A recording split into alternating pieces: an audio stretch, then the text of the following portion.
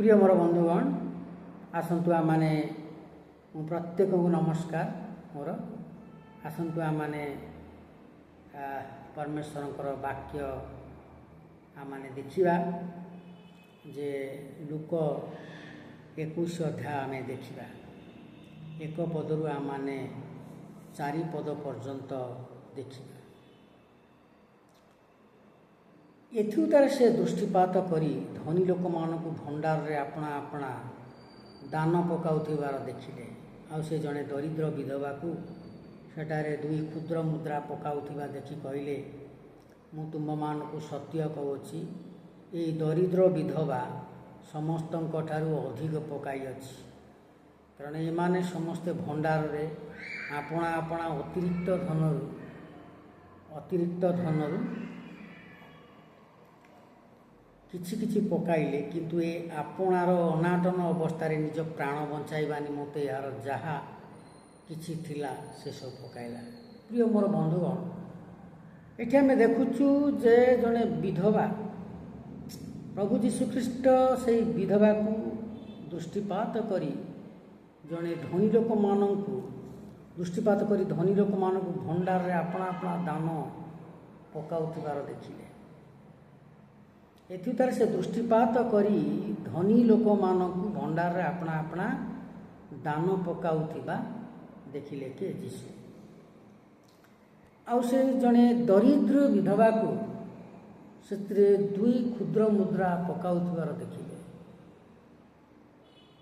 तेबे जीशु कहले मु तुम मानकु सत्य कहूची यही विधवा यही दरिद्र विधवा समस्त अधिक पकाई अच्छी कारण से विधवाटीर जहाँ थिला से देदेला प्रभु को देदेला अल्प जी अल्प पैसा थिला सब देदेला किंतु धनी लोक माने सेमानंकर भंडार सेमानंकर टंकारु किछि सेमाने देले किंतु आपार जहाँ थिला देदेला सब एठी लेखा अछि कारण एमाने समस्ते भंडार अपना अपना अतिरिक्त धन किछि किछि पकाइले किंतु आपणार अनाटन अवस्था रे निज प्राण बंचाइबा निमंते यार जहाँ किछि थिला सेई सब पकाइला। प्रिय मोर बंधुगण आमाने जेते बेले प्रभुंकर सेवा कार्य पई आमे दान दउछु आमनकर मनोभाव आज कि भली दान देवार मनोभाव 1000 टंका थिले आमे 10 टंका दउछु आम पाखे 1000 टंका अच्छी आम से 10 टंका दौचु कि 10 टंका गोटे भिकारी लोक मागिले दे दौ लोक मैंने दे दिखाँ जेकोसी लोक 10 टंका दे 20 टंका भी दे 50 टंका भी दे जदि 1000 टंका आपण मान पाखे अच्छी तेरे जिते आप चर्च को जाऊँच प्रभु मंडली को जाऊँच दान संग्रह करा आप गोटे 100 टंका दे पारे निश्चय 100 टंका गोटे दे पारे 200 टंका पर्यटन दे पारे किसी असुविधा ना विधवाटी निज प्राण बंचाइबा निमंते ताहा पाखरे जहाँ थिला से देदेला आपणकर प्राण बंचाइबा निमंते आपणकर परमेश्वरंकर आशीर्वाद निमंते आपण जेते अधिकरु अधिक दान करिवे ताहले आपणकु अधिकरु अधिक आशीर्वाद आसीबो अधिकरु अधिक आशीर्वाद आपण पाइबे। आमे देखुछु अनेक आमर अमेरिकावासी लोक माने सेमाने अधिकरु अधिकतर सेमाने प्रभुंकर सेवा कार्य निमंते दियंती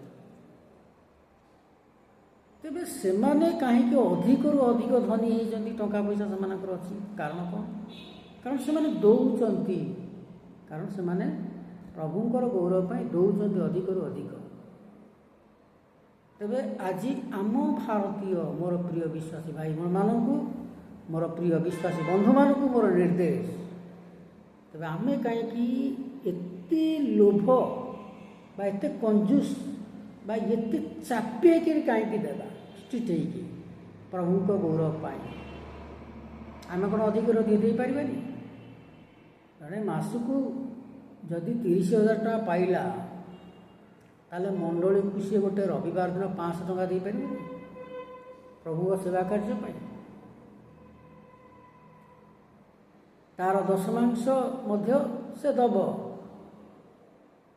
तेबे ଜଣେ ବିଶ୍ୱାସୀ ଯଦି ଲାଖେ ଟଙ୍କା ସାଲାରୀ ପାଉଛି, ଦରମା ପାଉଛି,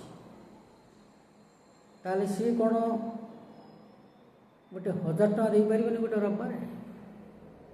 ଉପାସନା ଦିନରେ, ରବିବାର ଦିନ ପ୍ରାର୍ଥନାରେ ଯେଉଁଟା ଆମର ଉପାସନା କରାଯାଉଛି, ଦାନ ସଂଗ୍ରହ କରାଯାଏ ପ୍ରଭୁଙ୍କର ଗୌରବ ପାଇଁ, ପ୍ରଭୁଙ୍କ ସେବା ନିମନ୍ତେ ଖର୍ଚ୍ଚ ହେବା ପାଇଁ, ତାହେଲେ କ'ଣ 1000 ଟଙ୍କା ଦେଇପାରିବନି? ଅଲଗା ଲୋକମାନେ ଦେଉଛନ୍ତି, କିନ୍ତୁ ଯେଉଁମାନେ ଦେଉନାହାନ୍ତି ସେମାନେ ଅତିରିକ୍ତ ଚିପା ହେଲା ଭଳିଆ ବା ଚିପିକି ଦେବା ଆବଶ୍ୟକ ନାହିଁ, ବା ଗୋଟେ କଞ୍ଜୁସ ଭଳିଆ ହେବା ଆବଶ୍ୟକ ନାହିଁ। ପ୍ରଭୁଙ୍କ ନିକଟରେ ପ୍ରଭୁ ଆମକୁ ଆଶୀର୍ବାଦ କରୁଛନ୍ତି, ଦେଉଛନ୍ତି, ତାଙ୍କର ସେବା କାର୍ଯ୍ୟ ପାଇଁ ଆମେ ଦେବା। ମୁଁ ଦେବି ଏବଂ ଆପଣମାନେ ମଧ୍ୟ ଦେବେ। ସେହି ଅନୁସାରେ ପ୍ରଭୁ ଆପଣମାନଙ୍କୁ ଆଶୀର୍ବାଦ କରିବେ। ଯଦି ଆମେ ଦେଖିବା 2 କରନ୍ଥୀୟ ତାର 9 ଅଧ୍ୟାୟ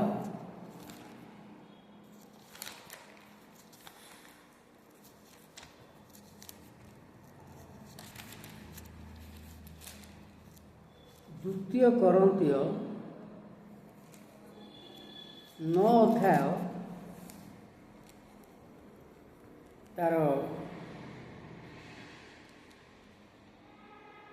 8 ପଦ। ଆଉ ସମସ୍ତ ବିଷୟ ସର୍ବଦା ଯଥେଷ୍ଟ ରୂପେ ପାଇ ତୁମ୍ଭେମାନେ ଯେପରି ସମସ୍ତ ଉତ୍ତମ କର୍ମ ନିମନ୍ତେ ଅଧିକରୁ ଅଧିକତର ଦାନ କରିପାର। ଏଠି କ'ଣ କୁହାଯାଇଛି? ପ୍ରଭୁ ଏଠି ପ୍ରକାଶ କରୁଛନ୍ତି ତାଙ୍କର ଦାସଙ୍କ ଦ୍ୱାରା, ଆତ୍ମାଙ୍କ ଦ୍ୱାରା ପ୍ରକାଶ ହେଇଛି ଯେ ଯଦି ସର୍ବଦା ତୁମେ ଯଥେଷ୍ଟ ରୂପେ ପାଇଛ, ଆପଣମାନେ ଯଥେଷ୍ଟ ରୂପେ ପାଇଛନ୍ତି, ଯଥେଷ୍ଟ ରୂପେ ପାଇକି ଖାଲି ନିଜେ ଖାଇ ପିଇ ସୁଖ ଶାନ୍ତିରେ ରହିଗଲେ କିଛି ଲାଭ ନାହିଁ। ପରିତ୍ରାଣ ହରେଇଦେବେ ଆପଣ, ପରିତ୍ରାଣ ଚାଲିଯିବ, ପରିତ୍ରାଣ ପାଇପାରିବେନି।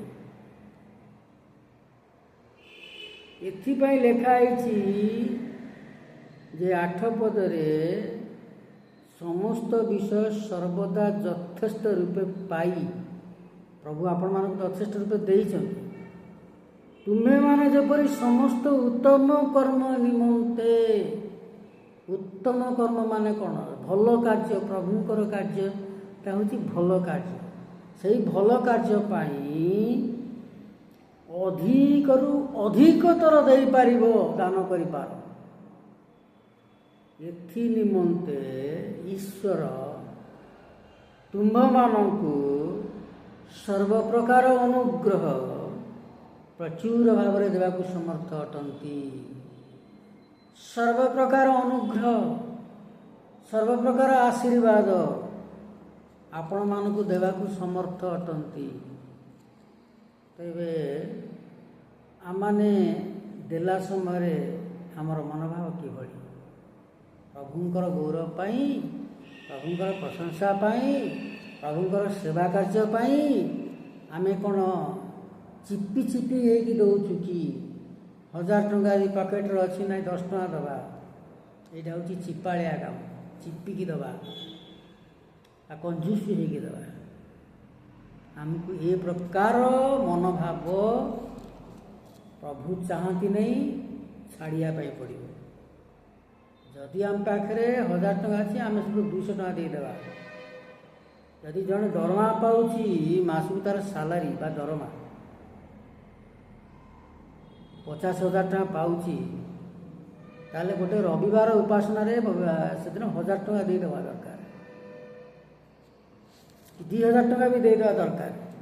4ଟା ରବିବାର, 4 ଦିନ 8000 ଟଙ୍କା ଯାଉ, 2000 ଟଙ୍କା ଦେଇଦେବୁ। ପ୍ରଭୁ ଆପଣମାନଙ୍କୁ ଅଧିକରୁ ଅଧିକଥର ଆପଣମାନଙ୍କୁ ଆଶୀର୍ବାଦ, ଯଥେଷ୍ଟ ରୂପେ ଆଶୀର୍ବାଦ କରିବେ ଏବଂ ସର୍ବପ୍ରକାର ଅନୁଗ୍ରହ ଲେଖା ହେଇଛି ପ୍ରଚୁର ଭାବରେ ଆପଣମାନେ ପାଇବେ, ପରମେଶ୍ୱର ଦେବେ। 6 ପଦରେ କ'ଣ ଲେଖା ହେଉଛି? 2 କରନ୍ଥୀୟ ତାର 9 ଅଧ୍ୟାୟ 6 ପଦରେ, କିନ୍ତୁ ଏହା ସତ୍ୟ ଯେ ଅଳ୍ପ ଗୁଣେ ସେ ମଧ୍ୟ ଅଳ୍ପ କାଟିବ। ଆପଣ ଅଳ୍ପ ଦେଲେ ଅଳ୍ପ ପାଇବେ ବାକ୍ୟ ଅନୁସାରେ, ଖାଲି ସେତିକି ନୁହେଁ ଯେ ପ୍ରଚୁର ଗୁଣେ ସେ ପ୍ରଚୁର ପାଇବେ। ଯେ ପ୍ରଚୁର ଦେଲା ସେ ପ୍ରଚୁର ଭାବରେ ପାଇବ, ଆଶୀର୍ବାଦ ପାଇବ। ଆପଣ ଯଦି 1000 ଟଙ୍କା ଦେଇଛନ୍ତି, ପ୍ରଭୁ ଆପଣଙ୍କୁ 100,000 ଟଙ୍କା ବି ଦେବେ। ଆପଣଙ୍କର ବଞ୍ଚିବା ପାଇଁ ଯଥେଷ୍ଟ ହେବ। ବଞ୍ଚିବା ପାଇଁ ଯାହାର ଆବଶ୍ୟକତା ରହିଛି ପ୍ରଭୁ ଦେବେ। 7 ପଦରେ ଲେଖା ହେଉଛି, ପ୍ରତ୍ୟେକ ଜଣ ଆପଣା ହୃଦୟରେ ଯେପରି ସଂକଳ୍ପ କରିଛି ସେପରି କରି। କୁଣ୍ଠିତ ଭାବରେ ନୁହେଁ, କୁଣ୍ଠିତ ହେଇକି କୁଣ୍ଠିତିଆ ହେଇକି ଦେବାଟା ଠିକ୍ ନୁହେଁ, ପ୍ରଭୁ ଚାହାନ୍ତିନି। କୁଣ୍ଠିତ ଭାବରେ ଦେବ। ଲେଖା ଅଛି, କାରଣ ଲେଖା ଅଛି କୁଣ୍ଠିତ ଭାବରେ ନୁହେଁ ଅବା ବାଧ୍ୟବାଧକତା ହେତୁରୁ ନୁହେଁ। ମଣିଷ କେହି ଆପଣମାନଙ୍କୁ ବାଧ୍ୟ କରୁନାହାନ୍ତି, ବାଧ୍ୟବାଧକତା କରୁନାହାନ୍ତି। ପରମେଶ୍ୱରଙ୍କ ବାକ୍ୟ ଅନୁସାରେ ଆମେ ଦେଖୁଛୁ, ତାଙ୍କର ଆତ୍ମାଙ୍କ ଦ୍ୱାରା ପ୍ରକାଶ କରିଛନ୍ତି। ଯେ 9 ପଦରେ ଆମେ ଦେଖିଲୁ ଯେ କ'ଣ ଦେଖିଲୁ? 8 ପଦରେ ସମସ୍ତ ବିଷୟ ସର୍ବଦା ଯଥେଷ୍ଟ ରୂପେ ପାଇ ତୁମେମାନେ ଯେପରି ସମସ୍ତ ଉତ୍ତମ କର୍ମ ନିମନ୍ତେ ଅଧିକରୁ ଅଧିକ ଦାନ କରିପାର। ଆପଣମାନଙ୍କୁ ଏଠି ପ୍ରଭୁଙ୍କର ଆତ୍ମା ପ୍ରକାଶ କରିଛନ୍ତି। ପ୍ରତ୍ୟେକ ମୋର ବିଶ୍ୱାସୀ ଭାଇ ଭଉଣୀମାନଙ୍କୁ ଅଧିକରୁ ଅଧିକତର ଦାନ କରନ୍ତୁ। ଜଣେ ପାଷ୍ଟର ଆପଣମାନଙ୍କ ଘରକୁ ଆସିଛନ୍ତି ପ୍ରାର୍ଥନା କରିବା ପାଇଁ। ଆପଣଙ୍କର ପରିବାରରେ କ'ଣ ଅସୁବିଧା, କିଏ କାହାର ଦେହ ପା ଭଲ ନାହିଁ ବା ଅସୁବିଧା ଅଛି, ପ୍ରାର୍ଥନା କରିବା ପାଇଁ ଆସିଛନ୍ତି। ଆପଣ କ'ଣ କରିବେ? ପାଷ୍ଟରଙ୍କୁ ଟିକେ ଚା ପାଣି ଦେଇକି ଛାଡ଼ିଦେ, ଚା ତ ଦେଲୁ ଆଉ କ'ଣ ନାହିଁ।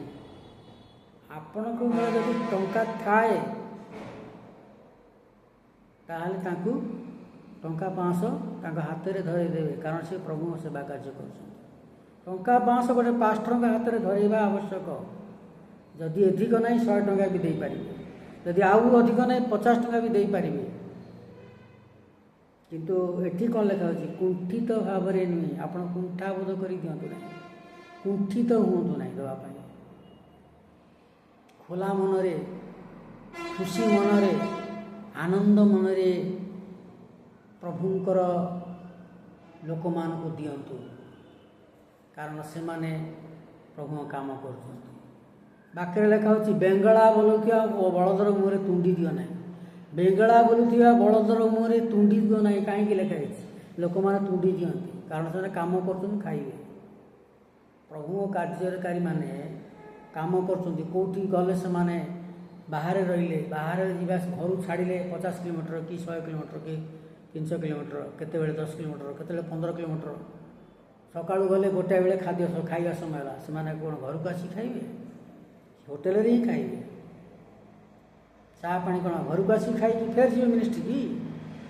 ତେବେ ମୋର ପ୍ରିୟ ବିଶ୍ୱାସୀ ଭାଇ ଭଉଣୀମାନେ, ଆପଣମାନଙ୍କ ଘରକୁ ଯେତେବେଳେ ପାଷ୍ଟରମାନେ ଯାଉଛନ୍ତି ଆପଣଙ୍କର ପରିବାର ନିମନ୍ତେ ପ୍ରାର୍ଥନା କରିବା ପାଇଁ, ଆପଣଙ୍କର ପରିବାରର ଭଲ ପାଇଁ ବା ସୁବିଧା ପାଇଁ, ଆପଣଙ୍କର ପରିବାରରେ ଆଶୀର୍ବାଦ ପାଇଁ, ପ୍ରଭୁଙ୍କର ଆଶୀର୍ବାଦ ପାଇଁ, ସେତେବେଳେ ଆପଣମାନେ ପାଷ୍ଟରଙ୍କୁ ଯିବା ସମୟରେ କିଛି ଦିଅନ୍ତୁ। 500 ଟଙ୍କା ଧରେଇ ଦିଅନ୍ତୁ, 1000 ଟଙ୍କା ଧରେଇ ଦିଅନ୍ତୁ, ଅଧିକ ଥିଲେ। ଧନୀ ଲୋକମାନଙ୍କର ଲାଖେ ଲାଖେ ଟଙ୍କା ଅଛି। ଯେଉଁ ଧନୀ ଲୋକମାନେ, ଧନୀ ବିଶ୍ୱାସୀମାନେ, ସେମାନେ ପ୍ରଭୁଙ୍କୁ ଭକ୍ତିପୂର୍ଣ୍ଣ ଭାବରେ ସେମାନେ ଉପାସନାକୁ ଯାଆନ୍ତି। ପ୍ରତ୍ୟେକ ରବିବାର ଦିନ ସେମାନେ ଉପାସନା କରନ୍ତି, ସେମାନେ ପ୍ରଭୁଙ୍କ ବାକ୍ୟ ପାଳନ କରନ୍ତି। ଧନୀ ଲୋକମାନଙ୍କର, ଯଦି ଧନୀ ଲୋକମାନଙ୍କୁ ଜଣେ ପାଷ୍ଟର ଯାଇଛି ତାହେଲେ ତାକୁ ଟଙ୍କା 1000 ବା 2000 ଦେଇଦେବା ଆବଶ୍ୟକତା ରହିଛି। ତେବେ ମୋର ପ୍ରିୟ ବିଶ୍ୱାସୀ ବନ୍ଧୁଗଣ, ବିଶ୍ୱାସୀ ଭାଇ ଭଉଣୀମାନେ, ଆପଣ ଏ ବିଷୟରେ ଦେବା ବିଷୟରେ କେବେ ଅବହେଳା କରିବେ ନାହିଁ, କାରଣ ପ୍ରଭୁ ଆପଣଙ୍କୁ ଆଶୀର୍ବାଦ କରିଅଛନ୍ତି, ଆହୁରି କରିବେ। ଦେବା ବିଷୟରେ ଅବହେଳା କରନ୍ତୁ ନାହିଁ। ଏଠି ଲେଖା ହେଇଛି କ'ଣ ନା, ପ୍ରତ୍ୟେକ ଜଣ, 2 Corinthians 9:7 ଲେଖା ହେଇଛି, ପ୍ରତ୍ୟେକ ଜଣ ଆପଣା ହୃଦୟରେ ଯେପରି ସଂକଳ୍ପ କରିଅଛି ସେପରି କରୁ, କୁଣ୍ଠିତ ଭାବରେ ନୁହେଁ ଅବା ବାଧ୍ୟବାଧକତା ହେତୁ ନୁହେଁ, କାରଣ ଈଶ୍ୱର ହୃଷ୍ଟଚିତ୍ତ ଦାତାଙ୍କୁ ଭଲ ପାଆନ୍ତି। ଖୁସି ମନରେ ଯେଉଁମାନେ ଦେଉଛନ୍ତି, ହୃଷ୍ଟଚିତ୍ତରେ ଯେଉଁମାନେ ଦେଉଛନ୍ତି, ଖୋଲା ମନରେ ଯେଉଁମାନେ ଦେଉଛନ୍ତି, ହାପିନେସ୍ ହେଇ ଯେଉଁମାନେ ଦେଉଛନ୍ତି, ପରମେଶ୍ୱର ସେମାନଙ୍କୁ ଭଲ ପାଆନ୍ତି। ପରମେଶ୍ୱର ଯାହାକୁ ଭଲ ପାଆନ୍ତି ତାକୁ ଆଶୀର୍ବାଦ କରନ୍ତି, ତାକୁ ଅଭିଶାପ ଦିଅନ୍ତି ନାହିଁ। 2 ବିବରଣୀରେ ଦେଖୁଛୁ, ପରମେଶ୍ୱରଙ୍କର ଆଜ୍ଞା ପାଳନ କଲେ ଆଶୀର୍ବାଦ ଆମ ପଛେ ପଛେ ଲାଗି ରହିବ। ଅନେକ ଆଶୀର୍ବାଦ ବିଷୟରେ ଲେଖା ହେଇଛି ସେଠି। 2 Chronicles ବିବରଣୀରେ ଲେଖା ହେଉଛି, ଦ୍ୱିତୀୟ ବିବରଣୀ ତାର 28 ଅଧ୍ୟାୟ। ତେବେ ଆମମାନେ ଦେଖିଲୁ ଯେ 9 ପଦରେ ଯଦି ଦେଖିବା, ଦ୍ୱିତୀୟ କରନ୍ଥୀୟ ତାର 9 ଅଧ୍ୟାୟ 9 ପଦରେ ଯେପରି ଲେଖା ଅଛି ଯେ ସେ ମୁକ୍ତ ହସ୍ତରେ ବିତରଣ କରିଅଛି, ସେ ଦରିଦ୍ରମାନଙ୍କୁ ଦାନ ଦେଇଅଛି, ତାହାର ଧାର୍ମିକତା ଚିରକାଳ ସ୍ଥାୟୀ। ଆପଣମାନଙ୍କର ଧାର୍ମିକତା ଚିରକାଳ ସ୍ଥାୟୀ ହେବା ଦରକାର, ଅସ୍ଥାୟୀ ହେବା ଆବଶ୍ୟକ ନୁହେଁ। ଯଦି ଆପଣମାନେ ଅଧିକରୁ ଅଧିକତର ଭାବରେ ଦାନ କରୁଛନ୍ତି ପ୍ରଭୁଙ୍କର ଲୋକମାନଙ୍କୁ, ପ୍ରଭୁଙ୍କର ସେବା କାର୍ଯ୍ୟ ନିମନ୍ତେ, ପ୍ରଭୁଙ୍କର ମହିମା ନିମନ୍ତେ, ତାହେଲେ ଏଠି ଲେଖା ଅଛି ଆପଣଙ୍କର ଧାର୍ମିକତା ଚିରକାଳ ସ୍ଥାୟୀ। ତେବେ ମୋର ବନ୍ଧୁଗଣ, ମୋର ବିଶ୍ୱାସୀ ବନ୍ଧୁଗଣ, ଆମମାନଙ୍କୁ ଆଜିର ପ୍ରଶ୍ନ, ଆମମାନେ ପ୍ରଭୁଙ୍କର ମହିମା ନିମନ୍ତେ, ପ୍ରଭୁଙ୍କର ସେବା କାର୍ଯ୍ୟ ନିମନ୍ତେ ଆମମାନଙ୍କର ମନୋଭାବ ଆଜି ନେଗେଟିଭ ନା ପଜିଟିଭ? ଆମମାନଙ୍କର ମନୋଭାବ ଆଜି ଭଲ ନା ମନ୍ଦ? ଯଦି ମନ୍ଦ ରହିଛି ଆଜି ପରିବର୍ତ୍ତନ କରି ଆପଣମାନଙ୍କର ଦବା ବିଷୟରେ ଭଲ ମନୋଭାବ ଆଜିଠୁ କରନ୍ତୁ, ଯଦ୍ୱାରା ଦେଖନ୍ତୁ ଆପଣଙ୍କ ଗୃହରେ ପରମେଶ୍ୱରଙ୍କର ଆଶୀର୍ବାଦ ଏବଂ ଆପଣଙ୍କ ପରିବାରର ପଛେ ପଛେ ପରମେଶ୍ୱରଙ୍କର ଆଶୀର୍ବାଦ ଲାଗି ରହିବ। ପ୍ରଭୁ ଏ ପଠିତ ବାକ୍ୟ ଦ୍ୱାରା ଆମମାନଙ୍କୁ ଆଶୀର୍ବାଦ କରନ୍ତୁ। ଆସନ୍ତୁ ଆମମାନେ ପ୍ରାର୍ଥନା କରିବା। ପ୍ରିୟ ପ୍ରଭୁ, ଆମେ ଧନ୍ୟବାଦ ଦେଉଛୁ, ଆମେ ପ୍ରଶଂସା କରୁଛୁ ତୁମର ବାକ୍ୟ ପାଇଁ। ଆଜି ମୋର ପ୍ରତ୍ୟେକ ବିଶ୍ୱାସୀ ଭାଇ ଭଉଣୀମାନଙ୍କୁ ତୁମେ ଏହି ଆଶୀର୍ବାଦ କର, ଯେପରି ସେମାନଙ୍କର ଦବା ବିଷୟରେ ଭଲ ମନୋଭାବ ରଖିବେ ଏବଂ ଅଧିକରୁ ଅଧିକତର ଦାନ ଦେବେ ତୁମର ମହିମା ନିମନ୍ତେ, ତୁମର ସେବା କାର୍ଯ୍ୟ ନିମନ୍ତେ। ମୋର ପ୍ରତ୍ୟେକ ବିଶ୍ୱାସୀ ଭାଇ ଭଉଣୀମାନଙ୍କୁ ତୁମ ଚରଣ ତଳେ ସମର୍ପଣ କରୁଛି, ଆଉ ସେମାନଙ୍କୁ ପ୍ରଚୁର ଭାବରେ ମହା ଆଶୀର୍ବାଦ ଦିଅ। ସମସ୍ତ ପ୍ରାର୍ଥନା କଳ ତ୍ରାଣକର୍ତ୍ତା ପ୍ରଭୁ ଯୀଶୁଙ୍କ ନାମରେ ମାଗିଲି, ଆମେନ୍।